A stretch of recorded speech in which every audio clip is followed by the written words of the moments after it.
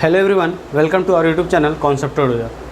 Guys, vector का last class में मैं पढ़ाया था एडिशन ऑफ वेक्टर और उसमें दो लॉ पढ़ा था, triangle law of addition and parallelogram law of addition. और सबसे पहले मैं बताया था एंगल बिटवीन द वेक्टर्स। तो आज की क्लास में बेसिकली जो भी मैं कल पढ़ा था उस पर कुछ क्वेश्चंस कराऊंगा और लास्ट में कुछ स्टार मार्कर पॉइंट लिखवाऊंगा। That will be a very important points which you should have remembered. Okay, because अगर आप उसको याद करके रखते हो तो आपके लिए ज़्यादा आसान होगा एग्जाम्स में अच्छे परफॉर्म करने के लिए। ओके राइट, तो चलो आज की क्लास स्टार्ट करते हैं with a small question to find the angle between the vector. Okay, आज हम क्लास स्टार्ट करते हैं एंगल बिटवीन द वेक्टर से। आपको एक मैं क्वेश्चन दूंगा और उसमें बताना है एंगल बिटवीन द वेक्टर।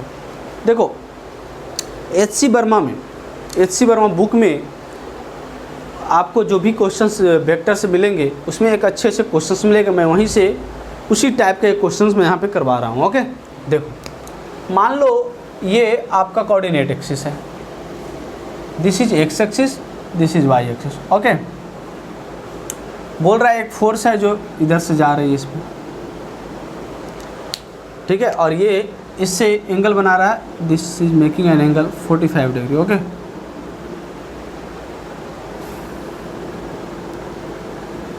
नाम रख दो इसको, चलो ये O है और ये A है, O A। एक दूसरा है, वो मान लो कुछ इधर एंगल बना, इधर जा रहा है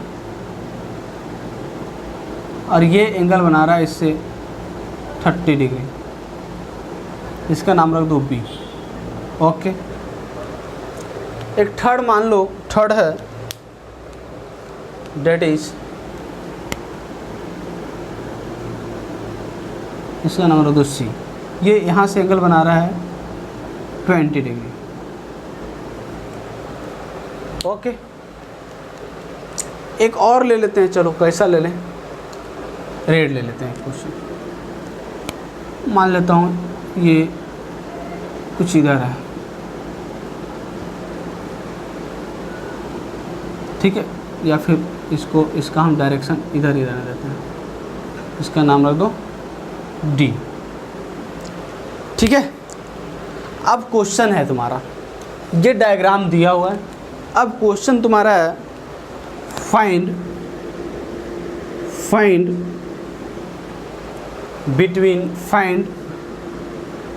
angle between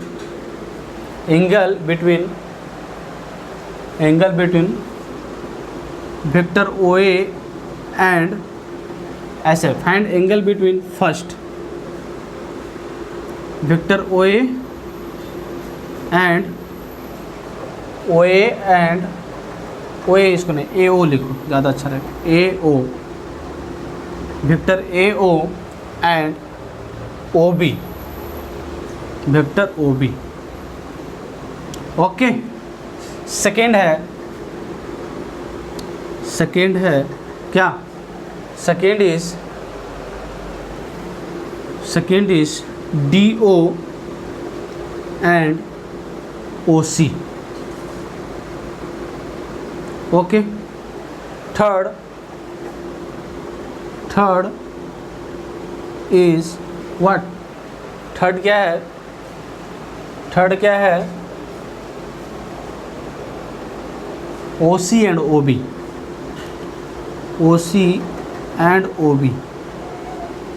fourth is DO and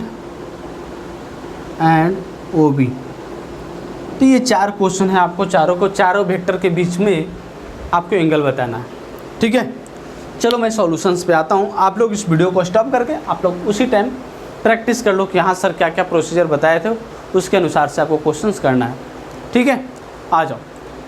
आप बताओ एंगल बिटवीन द वेक्टर बताने के लिए हम लोग क्या बताए थे, प्रोसीजर ये बताए थे कि या तो टेल को टेल से ज्वाइन करवाओ या हेड को हेड से ज्वाइन करवाओ, और जो उसके बीच में जो स्मॉल एंगल बनेगा that is less than 180 degree, that will be the angle between the vector. Okay, तो अब क्या करते हैं भाई, AO और OB को करना है, AO और OB।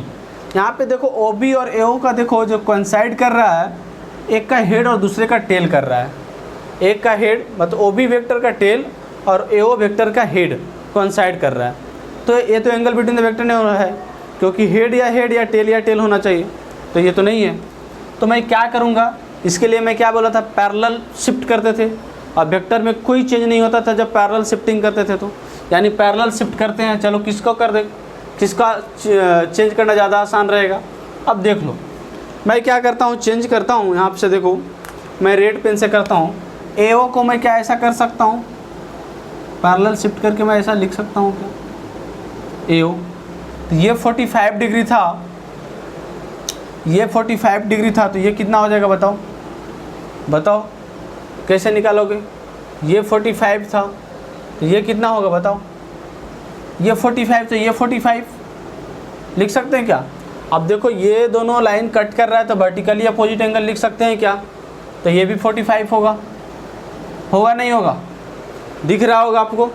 तो ये 40, अगर ये 45 तो ये 45, क्योंकि दोनों के बीच में 90 डिग्री, तो ये 45 है तो ये 45 हो जाएगा। Okay, 90 - 45 is 45। और ये कौन सा एंगल हो जाएगा, vertically opposite angle are equal when two line intersect each other. तो वर्टिकली अपोजिट एंगल क्या होते हैं, इक्वल होते हैं, तो ये 45 हो जाएगा। अब एंगल तो ये क्या हो गया, ये ओ ए था, अब ये हो जाएगा ए और ये हो जाएगा ओ, तो अब एंगल क्या हो गया, ये अब देखो तो दोनों टेल से टेल ज्वाइन है, तो एंगल बिटवीन द वेक्टर क्या हो जाएगा, इसका आंसर हो जाएगा क्या, डायरेक्ट लिख रहा हूँ 45 + 30 इज 75, राइट। अब इसका देखो भाई D O and O C, D O and O C, ये भी देखो टेल और हेड ज्वाइन है, इसको भी पैरेलल शिफ्ट करना पड़ेगा, है ना। अब पैरेलल शिफ्ट तुम किसी को भी कर सकते हो, इसको भी यहाँ ला सकते हो या इसको भी यहाँ ला सकते हो, तो ज़्यादा बेटर कौन सा रहेगा बताओ, बेटर ज़्यादा रहेगा कि हम इसको शिफ्ट करवा दें, इसको शिफ्ट करवा दें, ओ डी को ऊपर कर देते हैं। चलो भाई ओ डी को मैं ऊपर कर दिया, हाँ जी हाँ जी, चलो ओ डी को ऊपर कर दिया। अब कितना एंगल, यहाँ तो एंगल दिया ही नहीं, तो चलो ये मान लो 75 डिग्री है, ठीक है। अगर ये 75 है तो ये कितना हो जाएगा बताओ, कितना हो जाएगा 15 डिग्री, तो ये 15, तो ये भी कितना होगा 15 degree.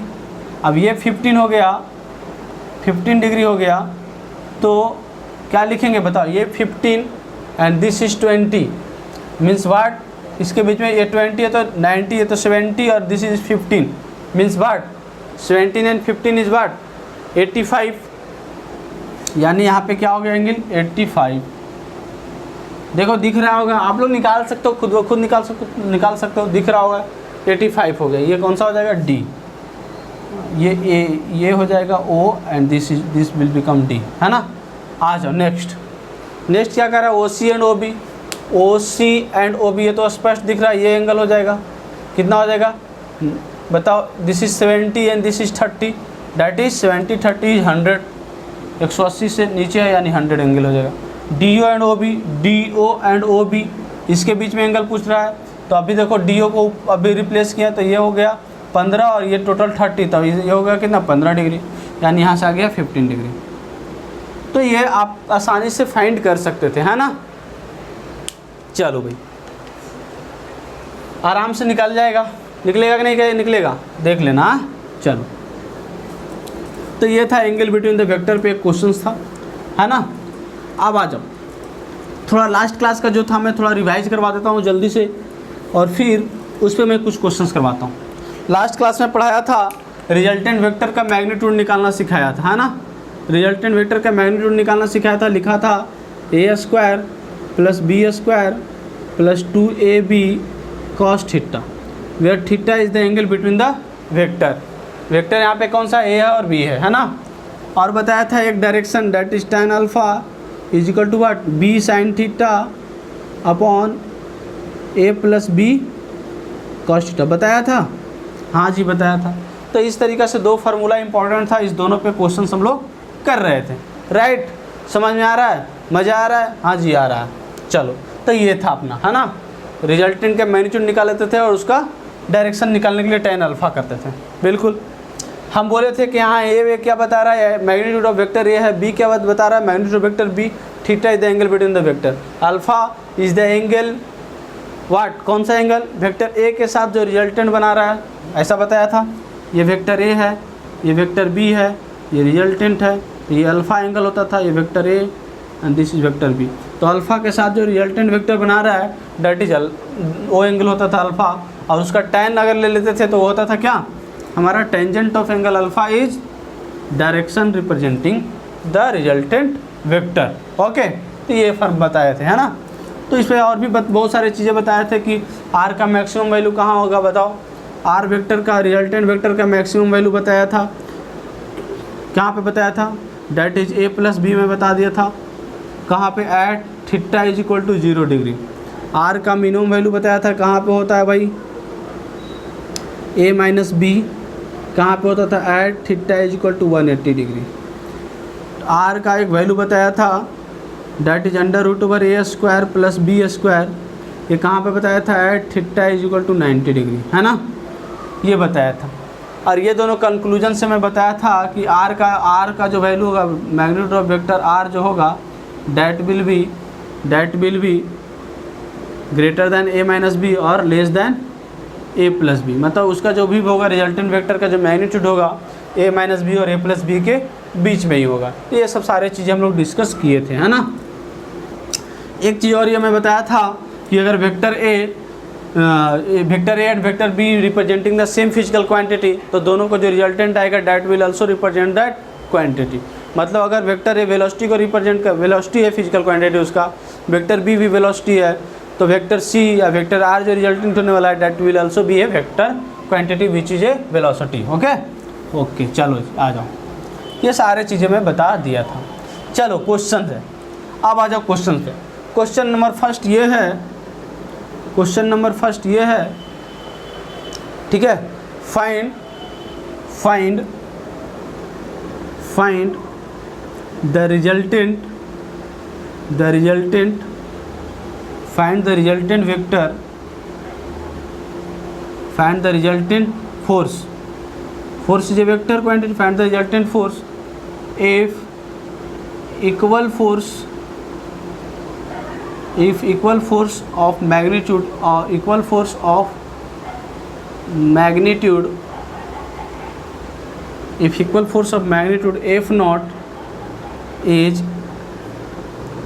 equal force, if two equal force, यहाँ पे लिखना two equal force है ना, if two equal force of magnitude F naught is acting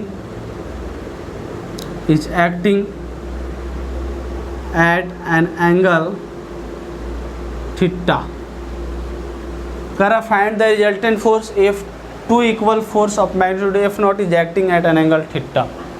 resultant force पूछ रहा है, जो कि बता दिया है कि थीटा एंगल पे दो फोर्स लग रहा है, मतलब एंगल बिटवीन द वेक्टर बता दिया है डैट इज थीटा। तो सिंपल सा काम करना है, क्या जी बताओ, क्या काम करना है, सिंपल सा देखो, रिजल्टेंट का मैग्नीट्यूड निकालने के लिए क्या करते थे, अंडर रूट ओवर ए square plus B square plus 2ab cos theta करते थे या नहीं करते थे। आ जाओ, यहाँ पे ए और बी दोनों का मैग्नीट्यूड एफ नॉट ही है, तो F not square plus F not square plus 2f naught square cos theta angle between the vector वही है। तो यहाँ से देखो क्या लिख देंगे बताओ, F not 2f naught square लिख सकते हैं क्या, plus 2f naught square cos theta, है ना। अब यहाँ से देखो 2f नॉट को अगर हम लोग कॉमन कर ले, अगर 2f नॉट स्क्वायर को कॉमन कर लेते हैं, यहाँ से लिख सकते हैं 1 प्लस कॉस थीटा। अब यहाँ से अगर जो बच्चा मेरा बेसिक मैथमेटिक्स पढ़ा है ध्यान से, तो 1 plus cos theta is equal to क्या होता था, कुछ याद है किसी को, बोलो भाई 1 प्लस कॉस थीटा क्या होता था, 1 प्लस कॉस थीटा क्या होता था, अगर किसी को याद है तो बोलो, किसी को याद है, कुछ नहीं याद है सर। मैं बताया था सम मल्टीपल सिंगल में लास्ट में फार्मूला में बताया था, बोला था कॉस थीटा को हम लिख सकते हैं, कॉस थीटा को लिख सकते हैं 2 cos square theta minus 1, sorry 2 cos square theta by 2 minus 1। तो यहाँ देखो अगर -1 को इधर ले जाए तो 1 plus cos theta is equal to 2 cos square theta by 2 लिख सकते हैं या नहीं लिख सकते। तो 1 प्लस कॉस थीटा को मैं लिख दूंगा क्या, आ जाओ यहाँ से मैं लिख देता हूँ, क्या लिखूँगा बताओ, 2f naught square into what 1 plus cos theta is 2 cos square theta by 2 लिख सकते हैं। 2 2 इज 4, 4 से बाहर आ जाएगा बताओ, एफ नॉट भी बाहर आ जाएगा, कॉस थीटा भी बाहर आ जाएगा, cos theta by 2।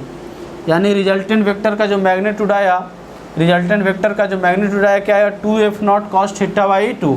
Resultant vector का जो मैग्नीट्यूड आया 2f not cos theta by 2, है ना। यानी कि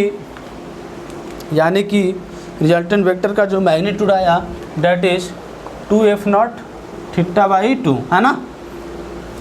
आ जाओ, क्या आया भाई, रिजल्टेंट वेक्टर का जो मैग्नीट्यूड आया, रिजल्टेंट वेक्टर का जो मैग्नीट्यूड आया क्या आया, 2f not cos of theta by 2, ये आया मैग्नीट्यूड। डायरेक्शन की अगर बात करें तो क्या लिखेंगे, tan alpha is equal to b sine theta, b is what f naught sine theta upon a plus b cos theta, a is what f naught plus b cos theta, f naught cos theta, ये होगा। अब बताओ f naught sine theta upon क्या लिखेंगे यहाँ से, F not अगर common कर ले तो 1 प्लस कॉस थीटा, और अभी 1 प्लस कॉस थीटा बताए हैं, क्या बताए हैं, अरे भाई एफ नॉट से एफ नॉट कैंसिल हो जाएगा। अभी क्या बताए हैं, ये 1 प्लस कॉस थीटा को 2 कॉस स्क्वायर थीटा बाई 2। यहाँ से क्या लिख सकते हैं, अब सर यहाँ से कुछ दिख नहीं रहा है, दिख रहा है सर साइन थीटा, बताए थे साइन टू थीटा जैसे लिखते थे 2 sine theta into cos theta. Similarly हम लोग साइन थीटा को लिख सकते हैं क्या भाई, साइन थीटा को क्या लिख सकते हैं, 2 sine theta by 2 into cos of theta by 2 लिख सकते हैं या नहीं लिख सकते हैं। चलो भाई, तो यहाँ से लिख देंगे 2 sine theta by 2 into cos of theta by 2, right. यहाँ से लिख देंगे 2 cos square theta by 2।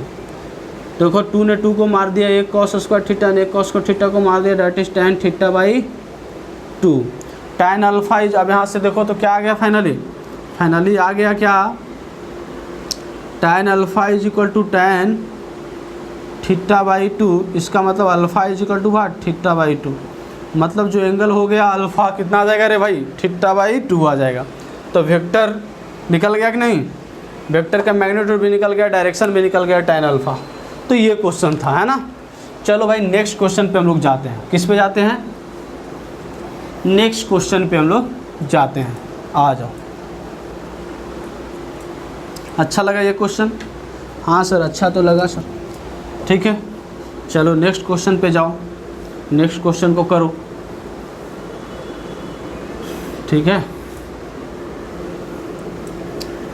Next question लिखो, नेक्स्ट क्वेश्चन लिखो, क्या है नेक्स्ट क्वेश्चन बताओ जी, नेक्स्ट क्वेश्चन क्या है बताओ, नेक्स्ट क्वेश्चन है लिखो, क्या है नेक्स्ट क्वेश्चन बताओ।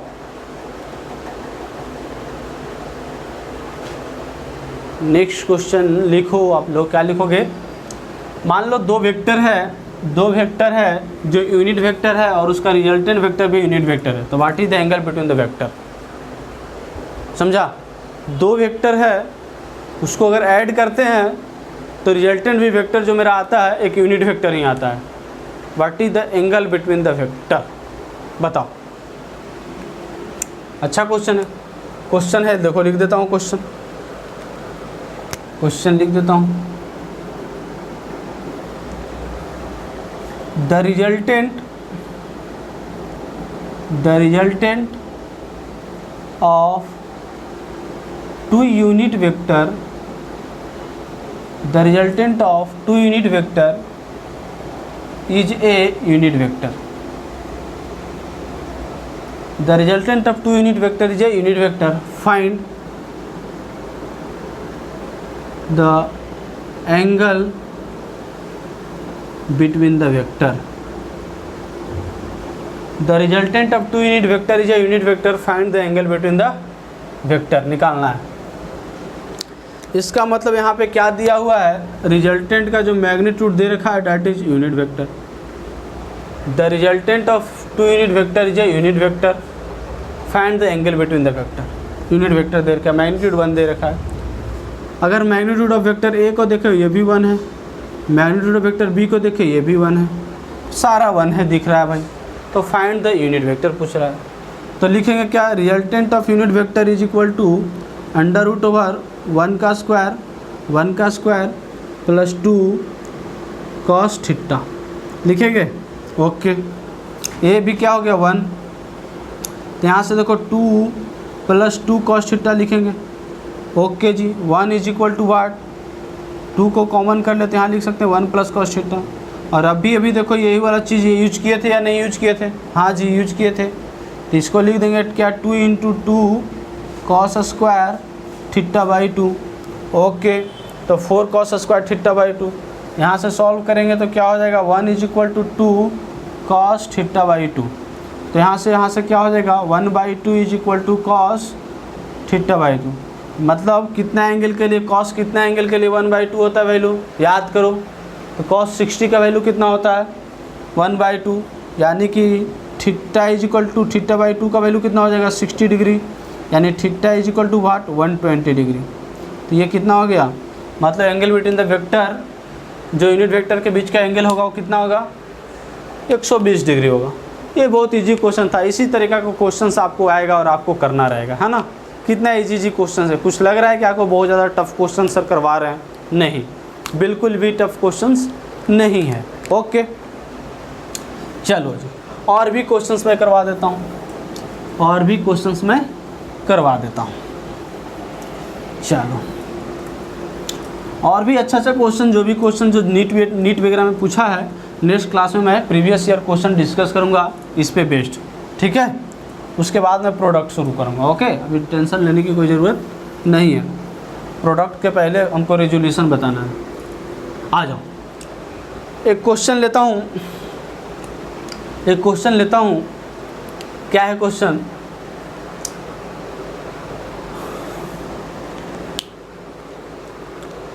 क्वेश्चन ले लो क्या,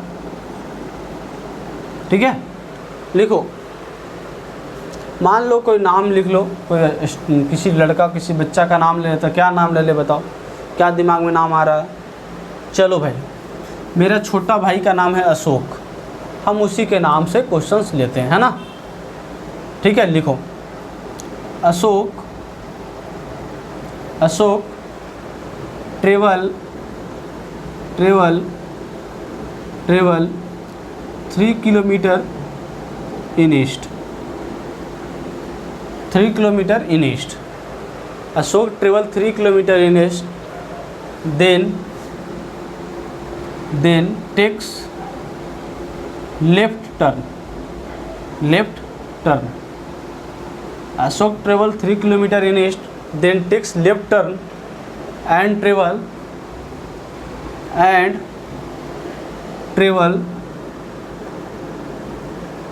4 kilometer.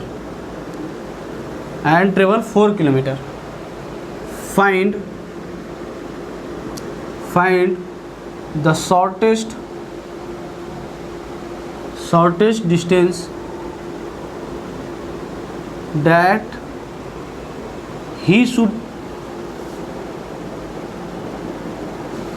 travel to go where he is now. क्या कह रहा है कि अशोक जो नाम का लड़का है वो 3 किलोमीटर ईस्ट में चला, फिर लेफ्ट टर्न लिया और 4 किलोमीटर चला। अब बोल रहा है कि बताओ कितना शॉर्टेस्ट डिस्टेंस उसको चलना चाहिए ताकि वो अभी जहाँ पे है वहाँ पे पहुँच जाता। ठीक है, ये क्वेश्चन है। तो अगर इसको डायग्राम बनाए तो देखो कैसे। डायग्राम बनाने के लिए हमेशा ध्यान रखें कि जब भी पेन एंड पेपर पे लिखे तो ये इसको नॉर्थ ले, इसको साउथ ले, इसको वेस्ट ले और इसको ईस्ट ले, है ना। जब भी पेन एंड पेपर्स पे बना, मतलब पेपर पे जब भी डायग्राम या प्लेन पे कोई भी डायग्राम बनाए तो इस तरीका का डायरेक्शन आप लोग एज्यूम करें, है ना। आ जाओ, देखो यार, अगर मैं यहाँ से ओरिजिन मानता हूँ, ठीक है, दिस इज ओरिजिन, कह रहा है 3 किलोमीटर ईस्ट उस डायरेक्शन में, तो चलो भाई 3 किलोमीटर चला ईस्ट, और बड़ा लेता हूँ, चलो 3 किलोमीटर चला ईस्ट, ठीक है। फिर बोला लेफ्ट टर्न, लेफ्ट मतलब ये साइड गया, तो चलो लेफ्ट टर्न लिया और कितना चला 4 किलोमीटर चला। तो अभी यहाँ पे है, यहाँ से चलना शुरू किया था, नाम दे देते चलो ये ए, ये बी और ये सी। अभी यहाँ पे है या नहीं है? तो बोल रहा है शॉर्टेस्ट डिस्टेंस कितना चलता ताकि यहाँ पे पहुँचता। तो शॉर्टेस्ट डिस्टेंस के लिए हर हमेशा हम लोग क्या करते हैं इनिशियल पॉइंट और फाइनल पॉइंट को ज्वाइन करते हैं। हम क्या करते हैं, इनिशियल पॉइंट ये है और फाइनल पॉइंट ये है, इसको ज्वाइन कर देते हैं।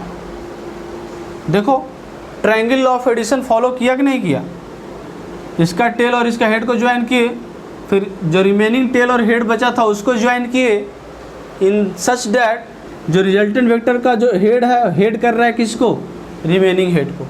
This is A resultant, okay, and that is the shortest distance. अब बताइए ये कैसे निकालेंगे सर। यहाँ तो लिख सकते हैं सर हम कि vector R is equal to vector O A plus vector A B plus vector A B, ये तो लिख सकते हैं सर, बट मैग्नीट्यूड मेरे को निकालना है सर। कैसे निकालेंगे, तो देखो हम लोग को पहले angle between the vector find करना है। एंगल बिटवीन द वेक्टर को फाइंड करने के लिए क्या करते थे, टेल से टेल ज्वाइन करते थे या हेड से हेड ज्वाइन करते थे। अब देखो ये हेड और टेल है, अगर टेल से टेल ज्वाइन करना तो इस वेक्टर को पैरेलल शिफ्ट करवा दे क्या ऐसे, मान लो 3 किलोमीटर अब इधर आ गया, ये ए इधर आ गया और दिस इज ओ। अब देखो ये दोनों के बीच में एंगल कितना है, 90 डिग्री, और दोनों का मैग्नीट्यूड पता है। तो रिजल्टेंट के लिए क्या लिखेंगे बताओ, रिजल्टेंट के लिए हम लोग क्या लिखेंगे बताओ, लिखेंगे क्या, रिजल्टेंट का magnitude is equal to what, under root over O A का स्क्वायर प्लस ए बी का square plus 2 OA into A B cos theta.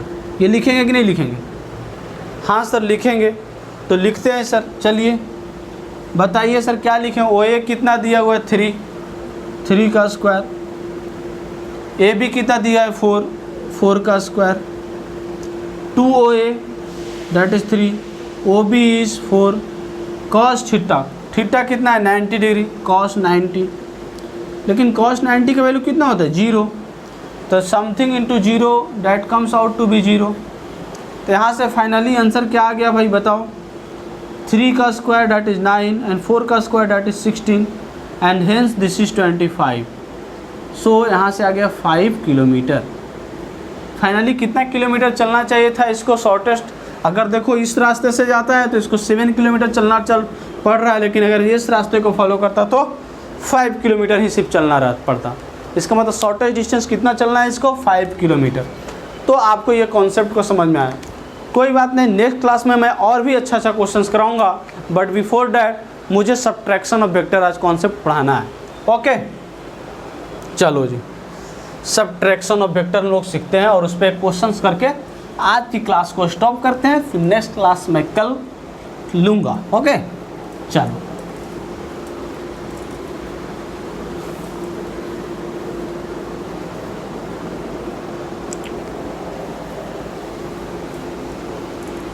लिखो subtraction of vector, subtraction of vector,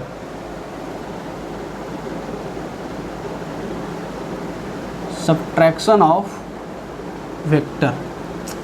subtraction of vector basically क्या है, तो इसको लिखो, subtraction is basically subtraction of vector vectors, subtraction of vectors is basically a special case of addition, a special case of addition. कैसे, देखो proof करता हूँ कैसे, a special case of addition कैसे है, देखो प्रूफ करता हूँ कैसे। देखो सब्ट्रैक्शन मीन्स क्या, वेक्टर ए माइनस वेक्टर बी, यही तो होगा।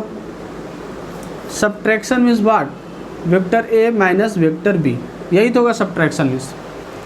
क्या इसको हम लोग ऐसे लिख सकते हैं, तो ये हो जाएगा रिजल्टेंट वेक्टर, मैग्नीट्यूड नहीं, रिजल्टेंट वेक्टर ही होगा।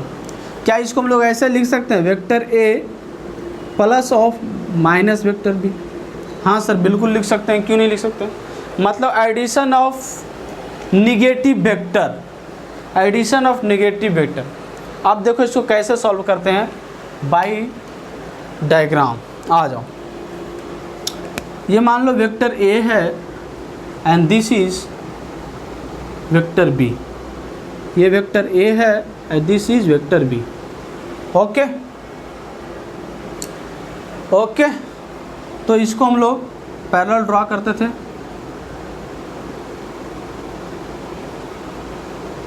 ये कौन सा हो जाता था, vector B and this is vector A. Okay, आ जाओ। अब कह रहा है वेक्टर ए को ऐड करना है किसी के साथ, माइनस ऑफ वेक्टर बी। तो वेक्टर बी अगर इस डायरेक्शन में है, वेक्टर बी अगर इस डायरेक्शन में है, तो ये एंगल कौन सा होता था, angle between the vector, angle between the vector होता था थीटा। तो वेक्टर माइनस बी ऐड करना है, तो वेक्टर बी अगर इधर है तो अगर उसका डायरेक्शन को चेंज करने का तो माइनस बी होगा या नहीं होगा। इसका मतलब मैं क्या करता हूँ, इस वेक्टर को, वेक्टर बी को, डायरेक्शन को मैं चेंज कर देता हूँ। ओके, चलो जी, मैं इसका डायरेक्शन को चेंज कर दिया। इसको लिख सकता हूँ क्या, माइनस वेक्टर बी। हाँ सर, लिख सकते हैं, लिख सकते हैं या नहीं लिख सकते। अब अगर इसको पैरेलल शिफ्ट करवा दे वेक्टर बी को, तो मैं इधर शिफ्ट करवा दिया, वेक्टर बी को, माइनस बी को इधर से करवा दिया शिफ्ट, है ना। अब अगर वेक्टर ए को यहाँ पे मैं शिफ्ट करवा देता हूँ, वेक्टर ए को मैं यहाँ पे शिफ्ट करवा देता हूँ,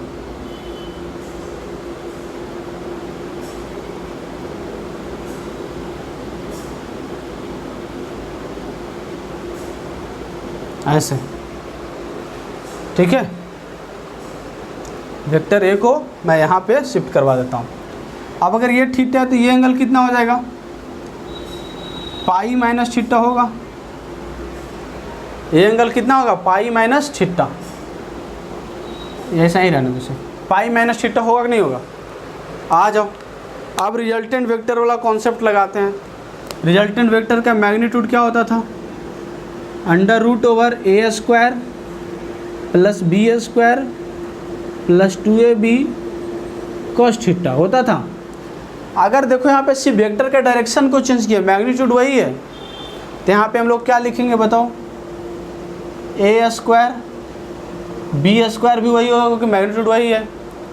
यहाँ पे देखो प्लस 2ab, मैग्नीट्यूड यहाँ पे ए बी सी मैग्नीट्यूड है तो A B cos of theta.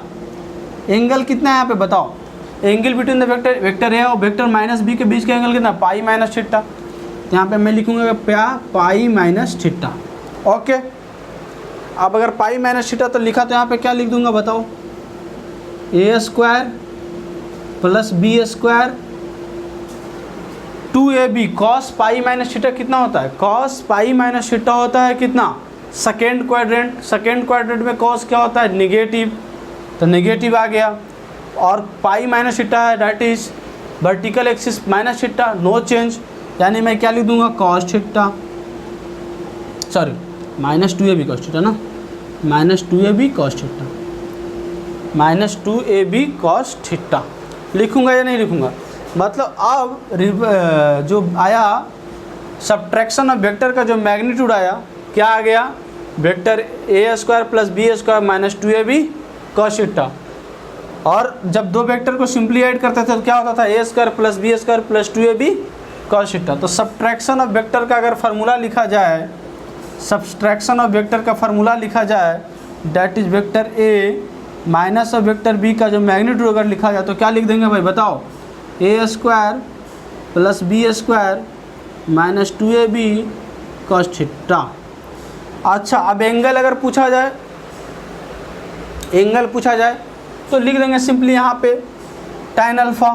देखो मैं यहाँ पे लिख देता हूँ tan अल्फ़ा, तो tan alpha is equal to what, b sine theta, b sine theta, theta क्या है, sine pi minus theta, sine pi minus theta, a plus b cos theta, cos pi minus theta, है ना। सिर्फ angle between the vector ही तो change हुआ है, magnitude तो वही है। तो साइन पाई माइनस थीटा क्या हो जाएगा, सेकेंड क्वाड्रेंट में साइन पॉजिटिव होता था, सेकेंड क्वाड्रेंट में साइन और कॉसेक क्या होता था, पॉजिटिव होता था। तो यहाँ से लिख देंगे बी साइन थीटा हो जाएगा सिर्फ, और यहाँ से क्या लिखेंगे, a plus b cos theta, that is a minus b cos theta हो जाएगा। तो यहाँ से tan अल्फ़ा क्या आ गया, tan अल्फ़ा का वैल्यू ये आ जाएगा। समझ में आया कि नहीं आया, बस बाकी सारे चीज़ सेम है, अंडरस्टूड। तो सब्ट्रैक्शन ऑफ वेक्टर आपको समझ में आया, आया कि नहीं आया। तो ये था सब्ट्रैक्शन ऑफ वेक्टर, मैग्नीट्यूड का ये होगा, डायरेक्शन उसका ऐसे निकालेंगे, ठीक है। चलो जी, मैं आता हूँ इस पे एक क्वेश्चंस मैं करवाता हूँ आज, ठीक है। और इस पे एक क्वेश्चन मैं करवाता हूँ आज, और आज की क्लास इन डेप्थ करता हूँ, फिर नेक्स्ट डे मैं इस पर और भी क्वेश्चंस करवाऊँगा और मैं रिजोल्यूशन ऑफ वेक्टर में बढ़ूँगा, है ना। चलो एक ही क्वेश्चन मैं करवा रहा हूँ जो कि अच्छा एक स्टैंडर्ड लेवल का क्वेश्चन है। दिया हुआ है क्या, if magnitude of A plus B is equal to magnitude of A minus B, what is the angle between a and b? What is angle between vector a and vector b, है ना। a और b के बीच में angle क्या है वो निकालना है। क्या करेंगे बताओ। a प्लस बी का अगर मैग्नीट्यूड की बात किया जाए, a प्लस बी का मैग्नीट्यूड की बात किया जाए तो क्या लिखेंगे भाई, अंडर रूट ओवर ए square plus B square plus 2ab cos theta. Similarly अगर a माइनस बी का लिखा जाए, तो क्या लिखूंगा, अंडर रूट ओवर ए square plus B square minus 2ab cos theta. लिख सकते हैं या नहीं लिख सकते। देखो दोनों साइड, अब क्या करते हैं, दोनों साइड को हम लोग क्या करते हैं, स्क्वायरिंग बोथ साइड, दोनों साइड को हम लोग क्या करते हैं, स्क्वायर करते हैं। अब दोनों साइड को अगर स्क्वायर करेंगे तो क्या हो जाएगा बताओ, a square plus B square plus 2ab cos theta, a square plus B square minus 2ab cos theta. देखो ए स्क्वायर ने ए स्क्वायर को मारा, बी स्क्वायर ने बी स्क्वायर को मारा। अब बोलोगे सर ये भी मारा, नहीं यहाँ पे नेगेटिव है, तो नेगेटिव को अगर उधर ले आए तो इधर क्या होगा, 4ab cos theta is equal to 0। A और बी जीरो तो नहीं है, यानी जीरो कौन सा है, अगर दो नंबर का प्रोडक्ट जीरो होता है तो कोई एक नंबर जीरो है तभी, जैसे 2 इंटू जीरो रहेगा तभी जीरो होगा, 0 इंटू 2 रहेगा तभी जीरो होगा। मतलब कोई दो नंबर का प्रोडक्ट जीरो तभी होगा जब उसमें से कोई ना कोई एक जीरो है। यहाँ पे क्या आपको दिख रहा है 4 जीरो है, नहीं, ए जीरो है, नहीं, बी जीरो है, नहीं, मतलब ए और बी एक अनइक्वल, मतलब ए और बी एक अनइक्वल वेक्टर है, मतलब जीरो नहीं है। कॉस थीटा क्या हो गया, जीरो हो सकता है, तो cos theta is equal to 0 कब होगा भाई बताओ, यानी theta is equal to 90 degree. मतलब एंगल बिटवीन द वेक्टर कितना हो गया, 90 डिग्री। ओके, आपको समझ में आया क्या नहीं आया, आज ही आया। तो सब्ट्रैक्शन ऑफ वेक्टर्स हो गया, फिर एडिशन ऑफ वेक्टर हो गया, इस पे क्वेश्चंस भी हो गए, ठीक है, समझ में भी आ गया, अच्छी बात है। मैं बोला था आज की वीडियो में मैं कुछ स्टार मार्कर पॉइंट लिखवाऊंगा जो लिखना है आपको, ठीक है। मैं 5 से 6 मिनट लूँगा टाइम और स्टार मार्कर कुछ पॉइंट लिखवाऊंगा, that will be like a question only, okay. तो आपको लिखना पड़ेगा। तो चलिए सबसे पहले बोला जाए क्वेश्चन है, मान लो फर्स्ट ये क्वेश्चन है, ठीक है, ये क्वेश्चन है। चलो क्या ये क्वेश्चन है, क्वेश्चन ये है minimum number of coplanar vector, minimum number of coplanar vector so that the resultant of that vector is 0। मतलब क्या बोला, कितना नंबर ऑफ कोप्लेनर वेक्टर होगा, मिनिमम कितना नंबर ऑफ कोप्लेनर वेक्टर होगा, अनइक्वल कोप्लेनर वेक्टर, ताकि 0 होगा। मतलब क्वेश्चन है what is the minimum number of unequal, मतलब दोनों का मैग्नीट्यूड इक्वल नहीं, unequal coplanar vector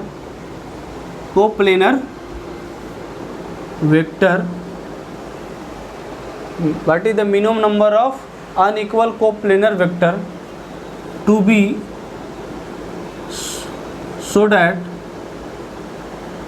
so that their resultant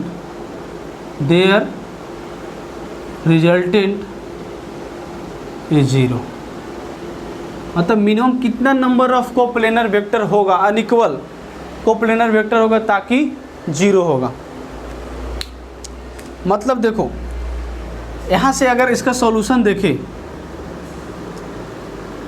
ठीक है। अगर सोल्यूशन देखें, कोप्लेनर वेक्टर का मतलब ऐसा वेक्टर जो एक प्लेन में लाई करे, ऐसा वेक्टर बताए थे वहाँ पे एग्जांपल से भी समझाए थे कि देखो ये दोनों वेक्टर जो है ये दोनों प्लेन में लाई कर रहा है, ये दोनों जो वेक्टर है वो इस प्लेन में लाई कर रहा है, इस प्लेन में नहीं लाई कर रहा है, इस प्लेन में लाई कर रहा है।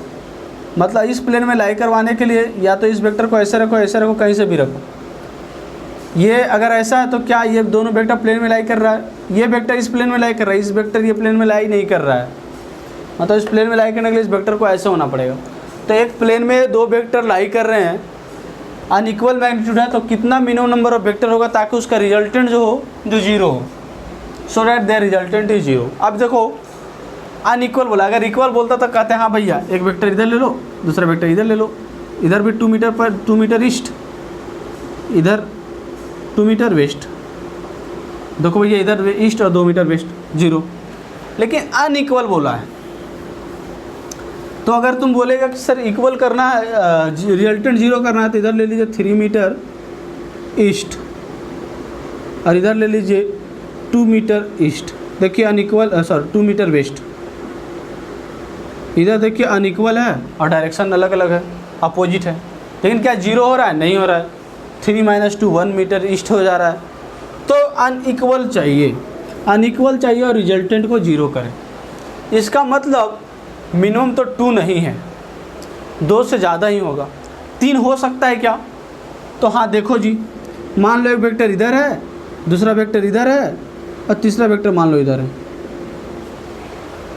क्या ये जीरो हो सकता है? तो हाँ बिल्कुल जीरो हो सकता है। देखो तीनों वेक्टर को प्लेनर है, मान लो OABC, OAOB एंड OC, देखो तीनों वेक्टर को प्लेनर है या नहीं है? हाँ जी को प्लेनर तो है, दिख तो रहा है। क्या जीरो हो सकता है? हाँ हो सकता है। देखो आगे बताएंगे, इसका कंपोनेंट इस साइड, इसका कंपोनेंट इस साइड, इसका कंपोनेंट ये साइड और ये साइड, दोनों कैंसिल आउट हो जाएगा, है ना? तो ये जीरो हो सकता है। तो अभी इसका सिंपली अभी आप आंसर लिख लो, आपको बाद में ये समझ में आने वाला है। अभी आप यहाँ पे सिंपली आंसर सॉल्यूशन में लिखो। क्या सॉल्यूशन में लिखना है? Minimum number of unequal vector so that the resultant is zero is 3। कितना होगा? 3 number of unequal vector makes the resultant vector zero. Minimum 2 नहीं होगा, कितना होगा? 3 होगा। अभी ये डायरेक्ट लिख लो। क्वेश्चन नंबर 2 अब बोल रहा है, क्वेश्चन नंबर 2 में सेम क्वेश्चन है, what is the minimum number of unequal, coplanar नहीं बोल रहा है, नॉन कोप्लेनर, मतलब नॉन कोप्लेनर वेक्टर है तो कितना मिनिमम नंबर ऑफ वेक्टर चाहिए। क्वेश्चन क्या है? What is the minimum number of, what is the minimum number of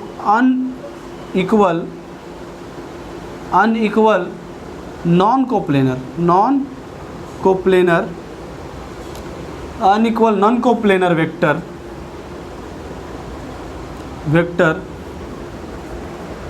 so that their resultant is 0। अब बताना है इसका सॉल्यूशन कि अनइक्वल कोप्लेनर वेक्टर है, तो भैया 2 में तो हो ही नहीं रहा था अनइक्वल। क्या देखो 2 में ये दोनों मान लो दोनों एक दूसरे प्लेन में नहीं है, एक इस प्लेन में दूसरा अलग प्लेन में, क्या दोनों का जीरो होगा? नहीं होगा। अच्छा 3 ले लेते हैं, देखो ये नॉन कोप्लेनर, क्या ये जीरो होगा? कैसे जीरो होगा भाई? एक का इधर डायरेक्शन, एक का इधर डायरेक्शन, एक का इधर डायरेक्शन, तीनों का डायरेक्शन अलग अलग है, जीरो नहीं होगा। ठीक है, जीरो नहीं होगा। मतलब अब क्या करेंगे बताओ? 3 में पिन नहीं आ रहा है।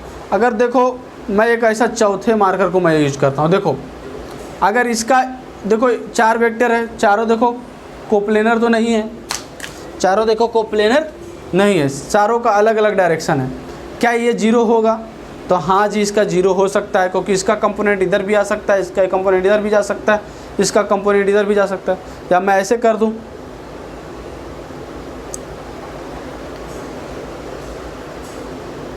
चलो ये इधर है, इधर है, ये 90 डिग्री पे है। एक मैं ऐसा ले लेता हूँ, है देखो ये 4 वेक्टर है, इसका कंपोनेंट एक इधर आएगा, एक इधर आएगा और एक इधर जाएगा। तो कंपोनेंट जब समझ में आएगा तो आपको समझ में आ जाएगा। यानी इसका आंसर अभी आप डायरेक्ट लिख लो। डायरेक्ट अगर इसका सॉल्यूशन मैं अभी लिखवा दूं तो डायरेक्ट अभी इसका सॉल्यूशन लिख लो, क्या होगा 4 अनइक्वल वेक्टर आपको चाहिए नॉन कोप्लेनर वेक्टर को रिजल्टेंट को 0 करने के लिए। इसमें 3 और इसमें 4। तो आपको समझ में आया। तो this is a very very important question for student preparing for NEET exams. Okay, इसका सॉल्यूशन जो है अभी डायरेक्ट आप लिख लो। जब मैं रिजोल्यूशन ऑफ वेक्टर पढ़ाऊँगा वहाँ पे आपको इसका कॉन्सेप्ट समझ में आ जाएगा, है ना। तो ये 2 पॉइंट्स जो थे बहुत इंपॉर्टेंट पॉइंट्स थे, ठीक है। तो मुझे लगता है कि आपका जो वीडियो है वो बहुत लंबा जा रहा है, तो आपको इस वीडियो को आपको लगता है मुझे कि स्टॉप कर देना चाहिए, है ना। बिल्कुल जी, स्टॉप कर देना चाहिए। वीडियो आपको ऑलमोस्ट 45 मिनट्स की हो गई है, तो स्टॉप ही कर देते हैं। चलो, तो बेसिकली ये दोनों पॉइंट्स तो जो स्टार मार्कर पॉइंट लिखे जा सकते हैं और ये क्वेश्चंस डायरेक्ट एग्जाम में पूछा जाता है। तो आज की क्लास में यहीं पे स्टॉप करता हूँ। नेक्स्ट क्लास मैं आऊँगा कुछ क्वेश्चंस लेकर जो कि अच्छे क्वेश्चंस हो गए एडिशन ऑफ वेक्टर पे, और फिर अगले क्लास में मैं रिजोल्यूशन ऑफ वेक्टर में स्टार्ट करूँगा। Okay, so for this class today I have to say tata and bye bye. Keep learning from my video and keep a smiling on your face. Tata and bye bye.